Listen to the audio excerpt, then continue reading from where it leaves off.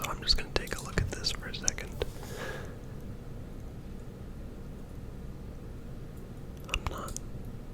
I guess these are all the tallest. Well, they can't be all the tallest buildings because that's in Kuala Lumpur, Jakarta. What is this? Proposed. Okay. Stale proposal. Under construction. Under construction. Under construction. Okay, so these are more recent than these are not the existing towers. A lot of these are okay, a lot of them are built. Look at that. Okay. Okay, well that's an interesting page. This diagram shows all of the drawings added to the skyscraper page diagrams in the week of Saturday, May 1st to 8th, minus miscellaneous structures. Structures are ordered by pinnacle height. Okay, so that's 2021, obviously. Interesting. Okay. Well, we don't need that today. Today we are going to look at our subscriptions. I have not looked at this since the last time I was on this. The last time I made a video. So, let's look at this first. I'm not subscribed to that many threads. These are the ones we looked at last time, so we need to find more. And so, I am going to go to the regional sections.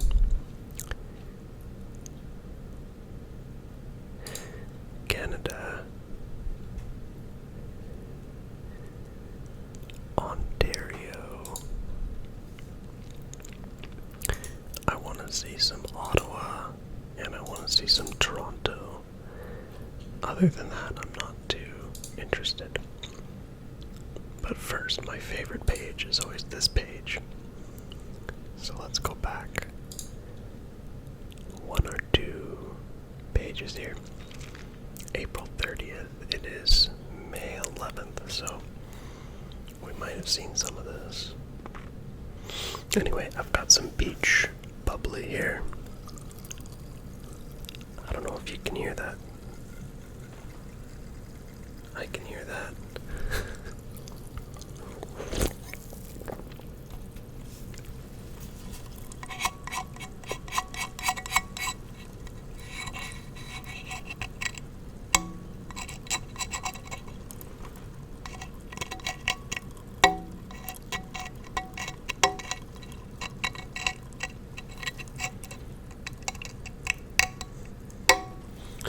Alright, that was the sound of the tab on an aluminum can, an aluminum sparkling water can. Interesting sound on my end that created. Anyway, we got Surrey here.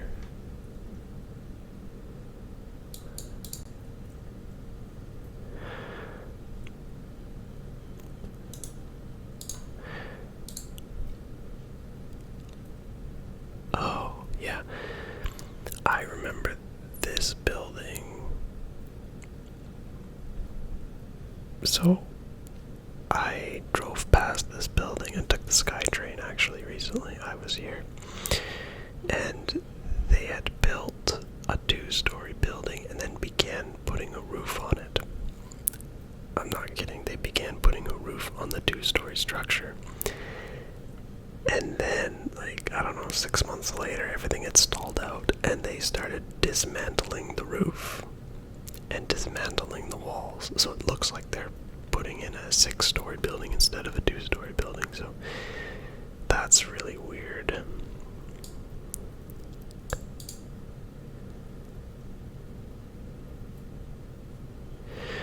Very, very strange. The development was idle for so long, but lately see a few people working on occasion. It was the 6-story Levada site. I believe it went belly up. They were mid-construction with much of the wood frame up, but then stopped construction and started demolishing. Yes, I remember that. The wood framing that was up before the former developers went belly up was removed, and apparently a new company has salvaged and taken over the project. Construction has been fairly steady. I also wonder if the land directly to the west has also been acquired by the same new developer. It looks like the two are being packaged together, but I haven't looked too closely yet. Either way, this project is definitely resurrected and the building is well underway. It looks like it's been improved as well.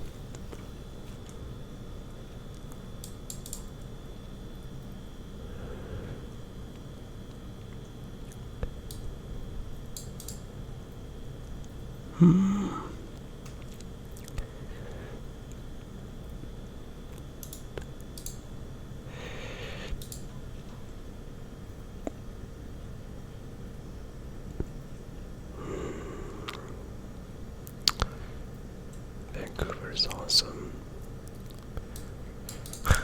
This is funny. Surrey City Centre is fast becoming Metro Vancouver's new downtown. I disagree. Disagree. If you look,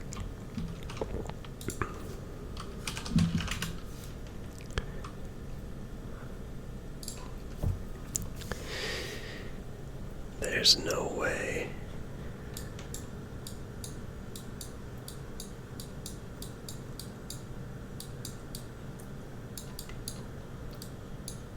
There's no way.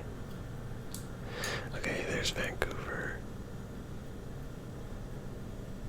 Satellite view.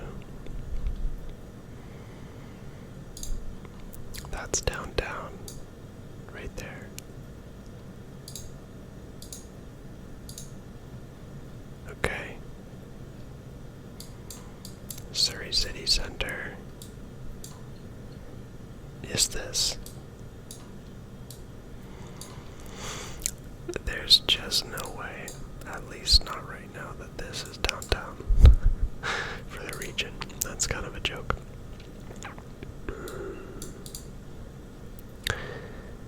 Okay.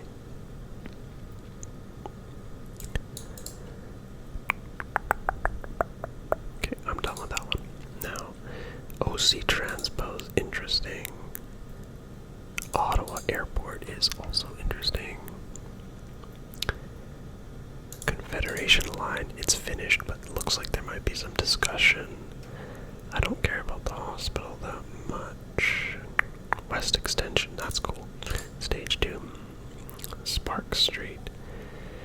You know, I think I'm going to check out this Marriott because it's on Rideau. Rideau has some interesting developments happening at the moment, so that's a lot of stuff to look at, so we might not get to Toronto today. But that is okay.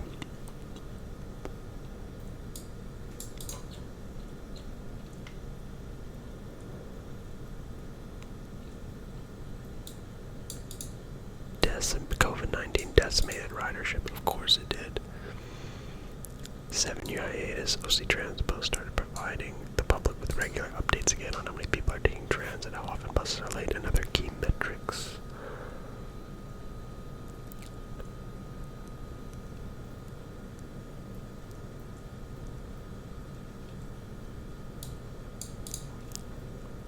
You know, I'm not super interested in that particular thing either. Call the Toronto one of the world's premier cities, especially from a transit point of view.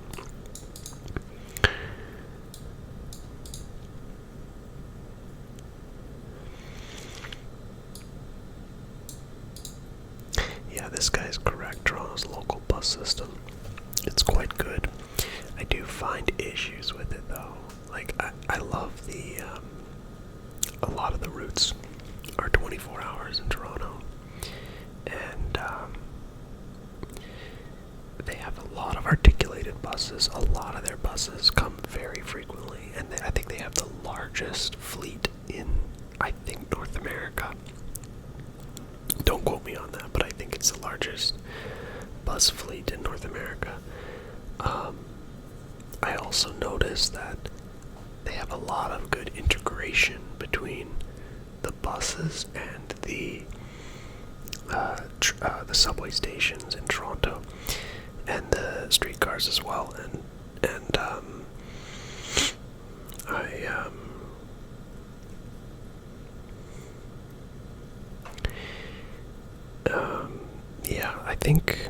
I think Vancouver,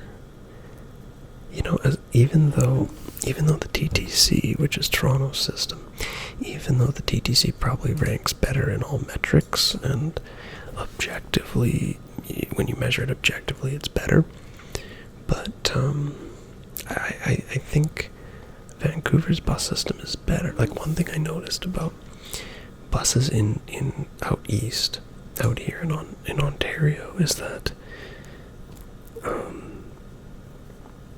they don't even have a specific spot where they stop, and people don't queue up. They don't queue up to get in the bus, whereas in Vancouver, if you don't queue up, if you don't line up to get in the bus, you're considered rude. And in Toronto, they do rear boarding at the rear of the bus, which is a no-no in Vancouver. You can't do that.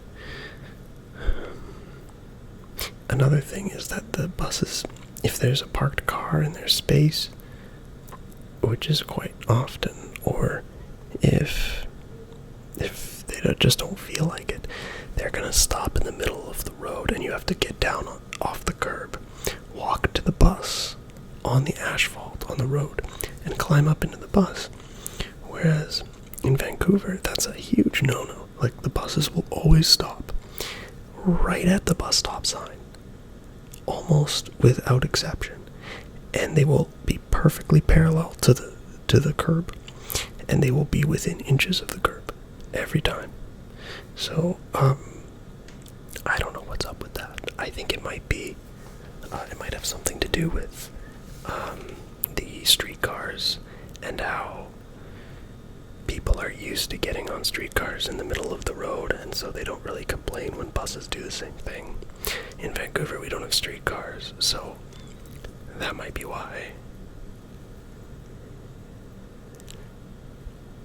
But I should say, most of the time when I was in Toronto, I was riding a bus that was replacing a streetcar, so that was my main experience, so that might be why. If anybody knows, correct me.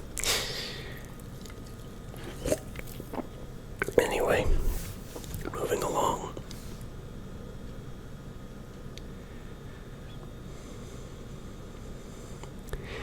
I don't know who that is.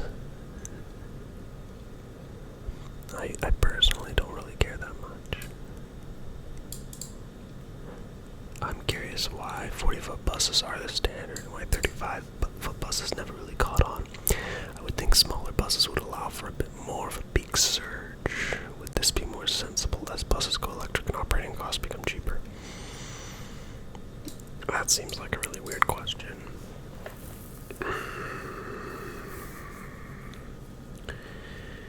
I don't think a 5-foot difference really makes much of a difference. Like, why would it allow for a bit more of a peak surge? Like, it's not going to be cheaper to operate a 35-foot bus, so they're not going to, like, maybe more can fit in one bus stop. Maybe. I noticed that electric buses are smaller, so that might be the case. You may be right there.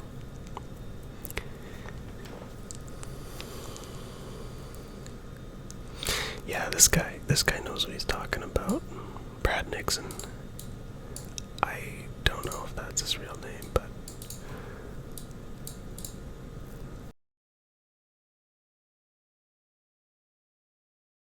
you will ever need. That makes sense.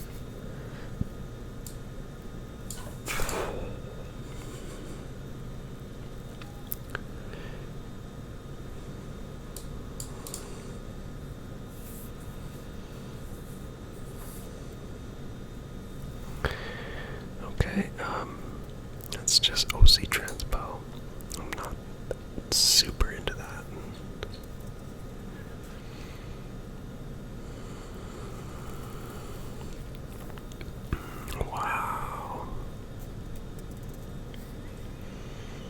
passenger volume at Ottawa International, steep drop off right there.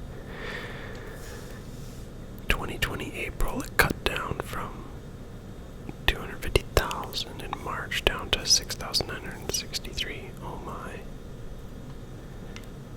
But, okay, so in March, people were already like, ooh, we don't want to fly. And it was at 421,000 a month. Wow. That's insane. These guys in these forums are super nerds, man.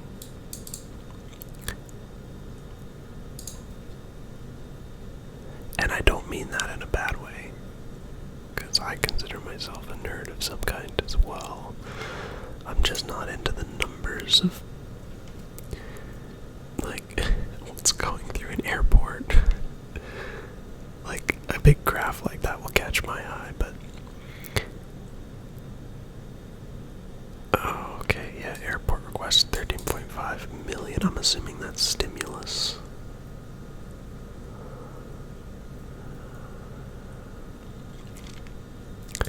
Anyway, you know, I haven't been subscribing to these threads here. This is the Confederation Line Stage 1. I'm going to subscribe to this thread. I'm also going to subscribe to the Confederation Line Stage 2 Bayview to Baseline. I think I knew about that. Moody, Baseline and Moody. Let's find out where Baseline and Moody is.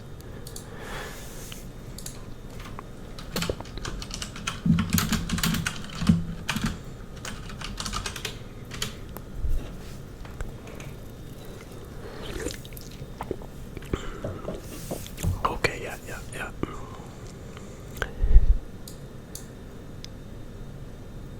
Baseline. What street is this? Okay, so I know that there's going to be a station here.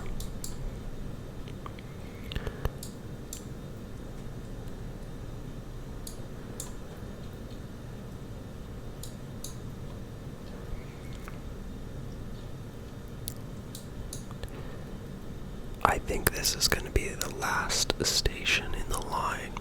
What I really love about Ottawa is that they have this thing called the transitway, and it's like a cheaper version of like a metro system where they use buses, and here's an example of it right here.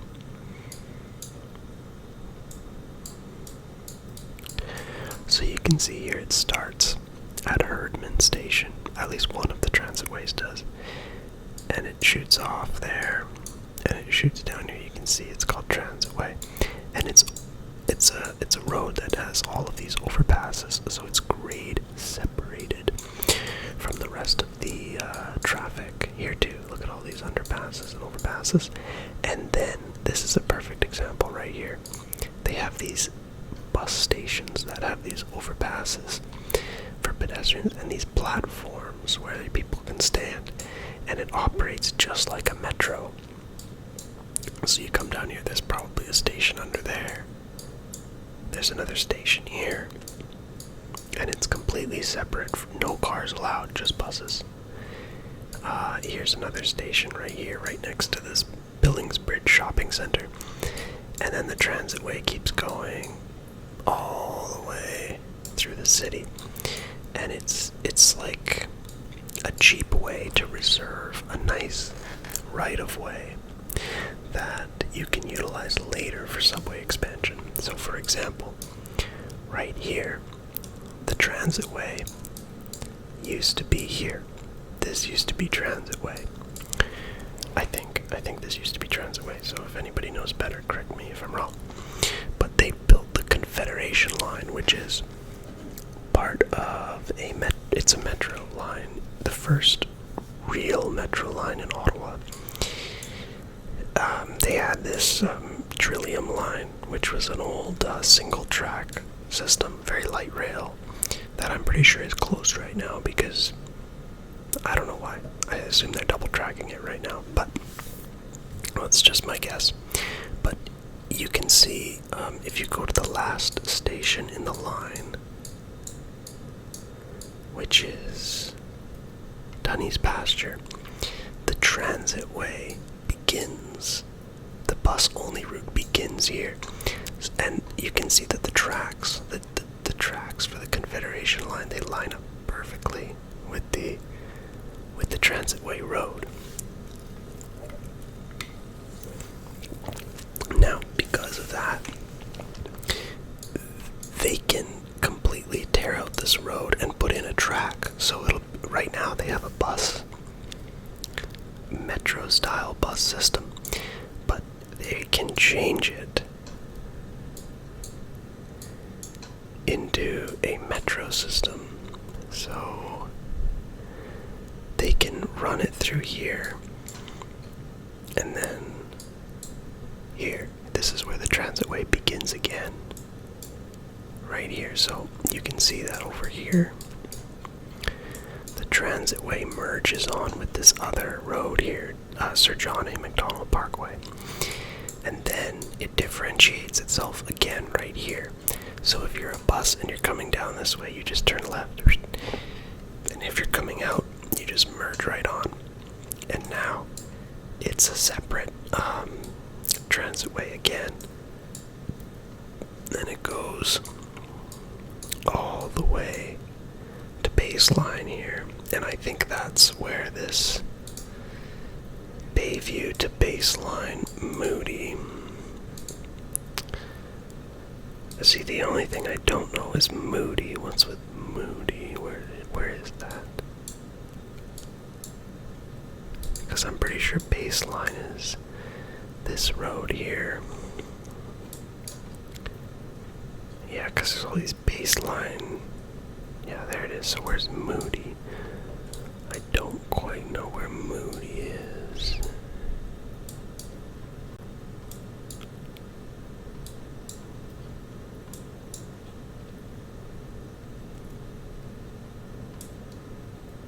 Well, let's search Moody Street. Oh, Moody. I spelled Moody wrong.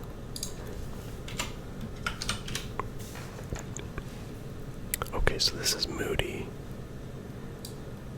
No, there's no way. Moody Street. Oh, what? Where's Baseline? This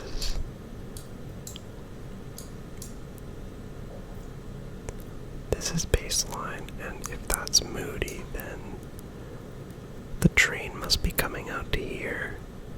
Wow. Okay. I think I was wrong. I don't know what. Okay, you know what? It's probably best just to go here, and we're on page 1. So where's the map? Come on, there's always a map. Okay. Okay, merges on with Sir John A. Macdonald Parkway. Goes along here and down. Okay, couple stations.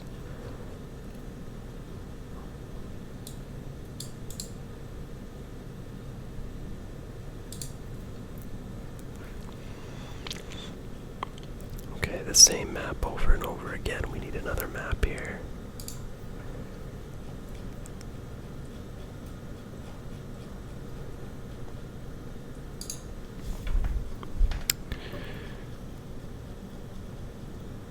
Okay, here's a slightly different map.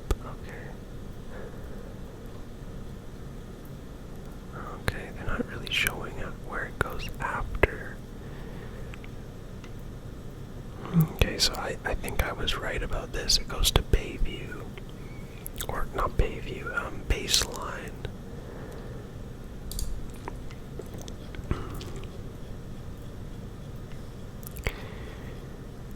Okay, we're gonna skip ahead to 15 here. I know I'm rushing through this, but it's...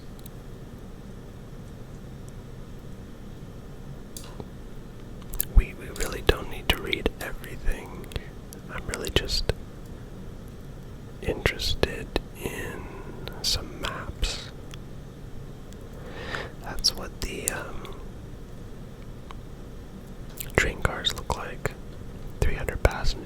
capacity, 48 meters long. Let's go to the last one here. We got some station designs. These are nice. Pretty minimalistic, I'd say, not too fancy.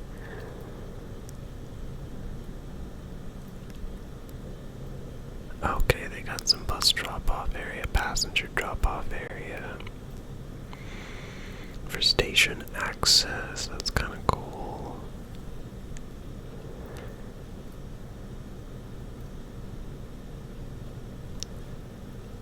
I'm not going to play the videos in case they're very loud. Here's some of the Ottawa landscape here. Okay, I haven't seen any of this construction. Yeah, I haven't seen any of it.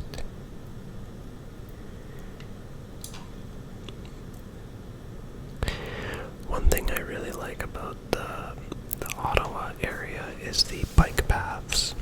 They're shared with pedestrians, but there's so many of them. They're everywhere. Here, I can pull it up here. Where are the layers?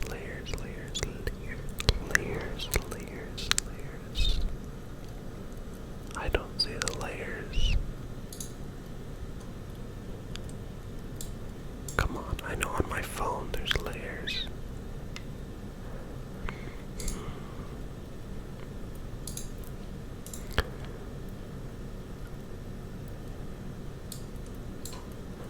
I don't think there's a layers option on this on the desktop version of Google Maps. That's very sad. Okay. So yeah, the bike paths are everywhere, and I don't really care that we have to, cyclists have to share with pedestrians because there's just so many paths, and they're not very populated, at least not right now.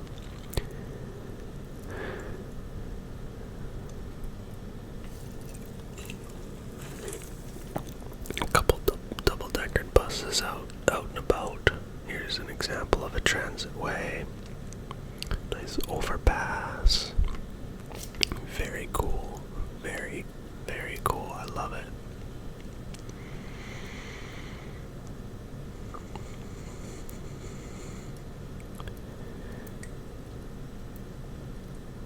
See, look at this. They integrate paths with their station design, which, of course, Canada's behind places like the Netherlands and obviously other European places, but when it comes to paths, it looks like they're really putting in an effort.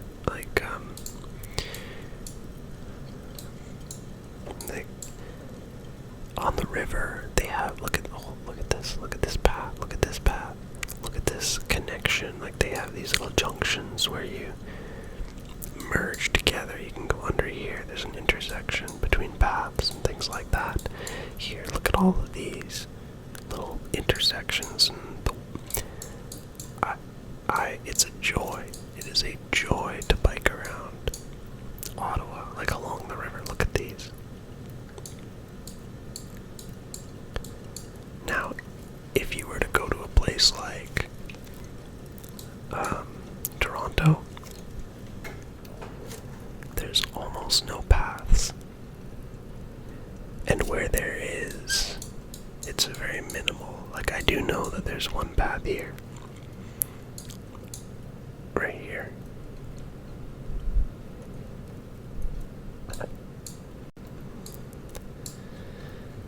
I know that it runs through here, the Lower Don River Trail.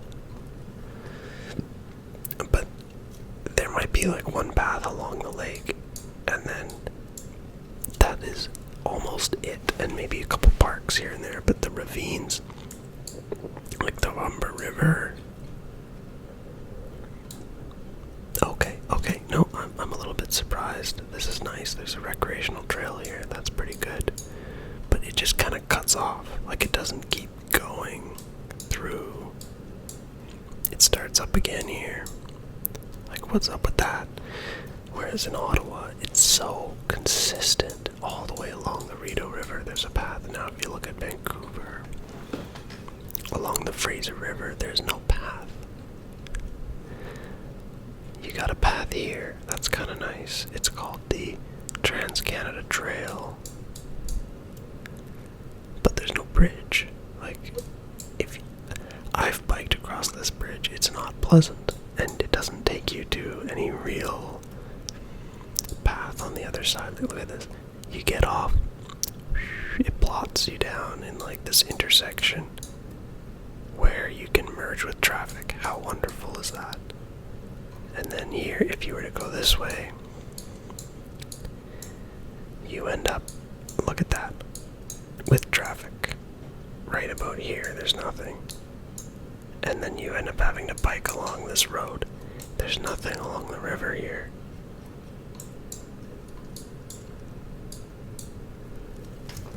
I'm about to sneeze. Okay, maybe not. Okay, so, as I was saying, Vancouver, in general, does a very bad job with trails and paths.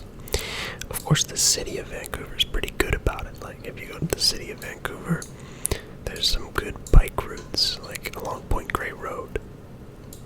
You can bike through here. Oh, actually, I don't think there's a true bike path. Okay, so here, look at this. A nice bike infrastructure here. Kind of dumps you out into a park where you have to go on a gravel path, but still, it's not terrible. And Burrard Bridge has some nice, decent bike infrastructure on it. And then I love these intersections right here. See that? Look at those. Look at the bike paths and how they have like these turn lanes and everything. That's really nice. But the whole thing is rather incomplete, if you ask me.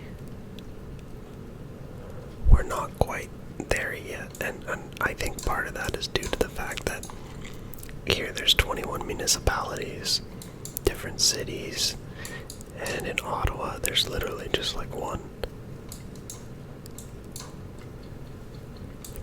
There's one city called Ottawa, and then you have Gatineau, which Gatineau is just Gatineau. It's no, if you live in Ottawa, you don't really go to Gatineau that much.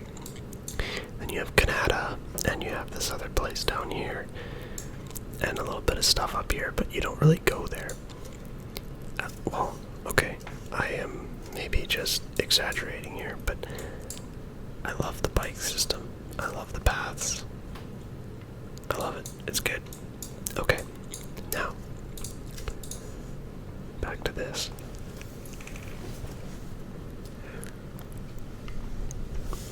Look at that. Some more transitway stuff.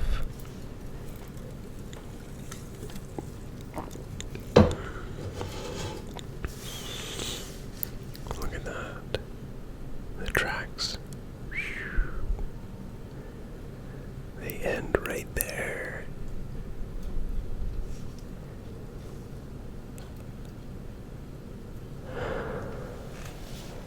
Very cool.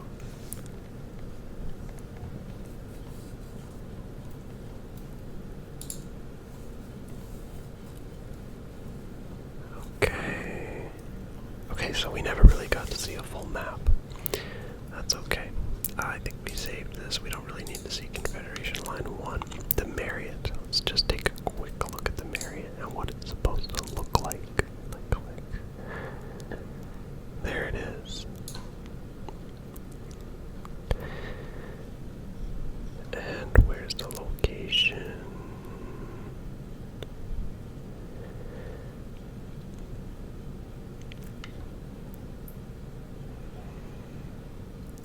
Supposedly on Rideau. It's an architectural wonder. What do you mean it's an architectural wonder? It's not that great. Maybe they're joking.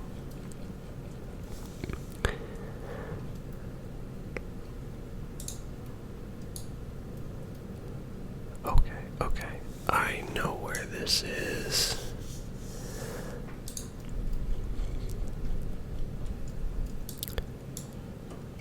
Pretty sure it's right here.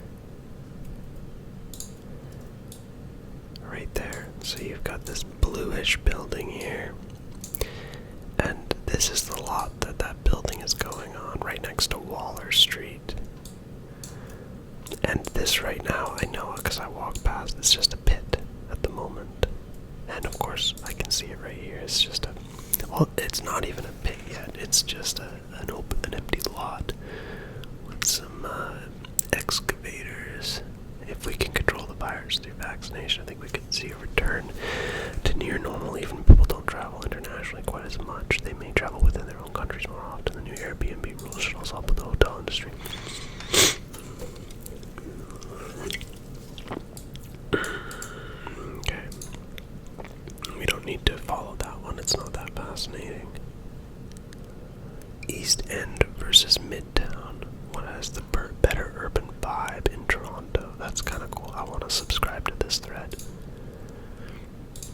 I don't really care what's in it. I want to subscribe to it. Okay.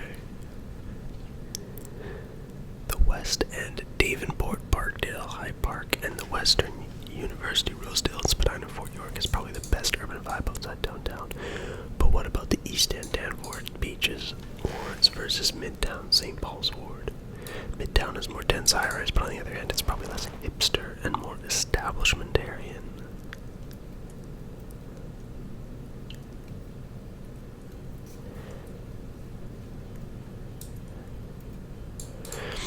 Okay, so for those of you that obviously, like, there's going to be a lot of you that don't know Toronto, so let me just, I hardly know Toronto. I only lived there for a while. So you got downtown, which is Old Toronto, which, never mind. Let's not look at that. That brings us into the complicated origins of Toronto. Let's not go there. But this is downtown. And downtown actually extends all the way up to Bloor and Yonge. Bloor Street is here, Yonge Street is here. Fun fact, Yonge Street is the longest street in Canada. It goes all the way.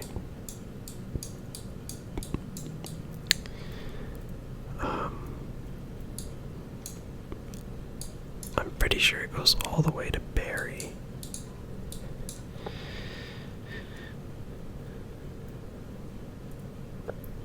Is this Yonge Street still?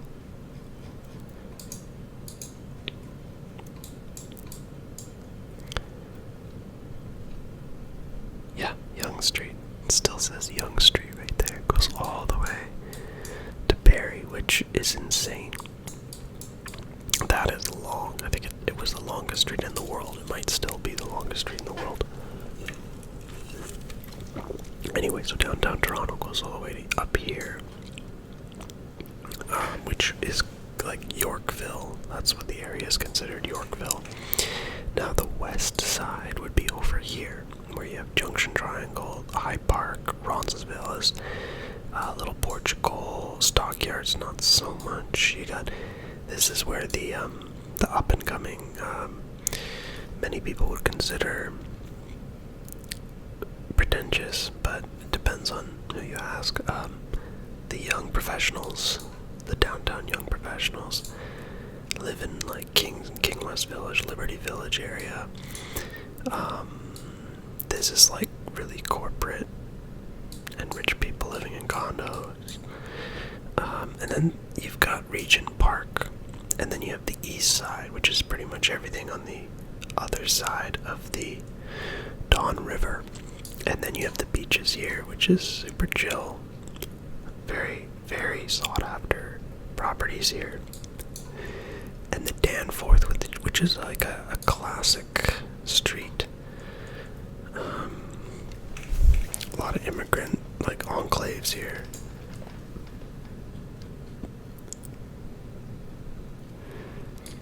Anyway, so you got the east side, you got the west side, and then you have Midtown here, Yonge and Eglinton. Now, you know, when I read that, I was thinking North York, to be honest, but North York is its own beast up here. Midtown.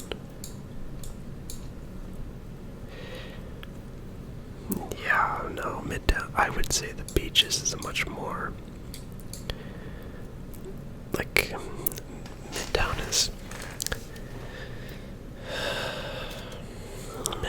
has more urban feeling right in the core, but you step out, it feels suburban, whereas over here, yeah, it feels suburban, but it feels like inner suburbs. I would say inner suburbs.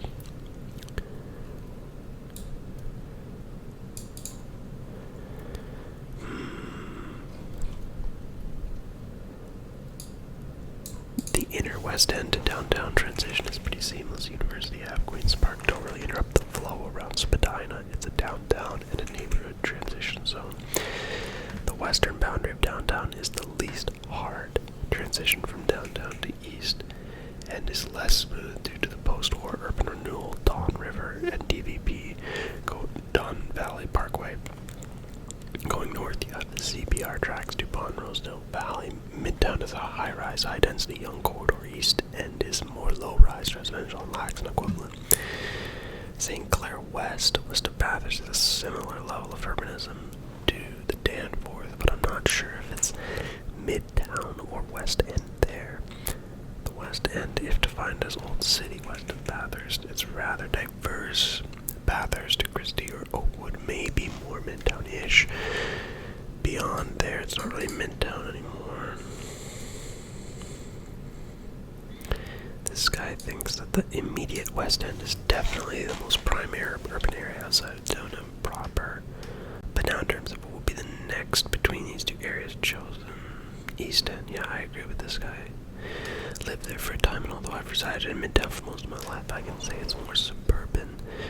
Big differences between the two would be the road design, housing, and just the way the communities grew. Much of Midtown has been shaped by mid-century design principles and road work, which allow for dense housing, but more quiet, not quite as urban experience, especially when it comes to how avenues are more stark compared to inner streets.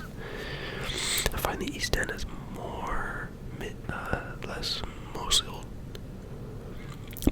mostly older housing stock, more gridded in there by more efficient road design, more retail pockets, and not as many parks, but the park spaces you do find generally a bit more well designed. Very similar. Yeah, it's true. The roads around Midtown are curvier, more automobile oriented, I would say. And yeah, there's not a lot, like Eglinton has shops along it, but not really any of the other streets except for Yonge do.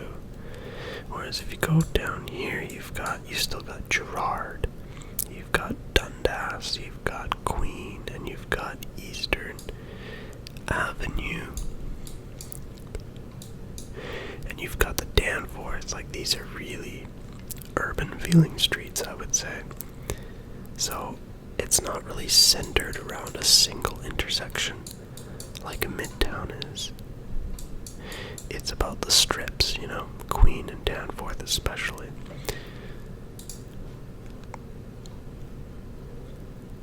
How many pages does this have? Just one, really? Okay, well, I don't think we're going to see that much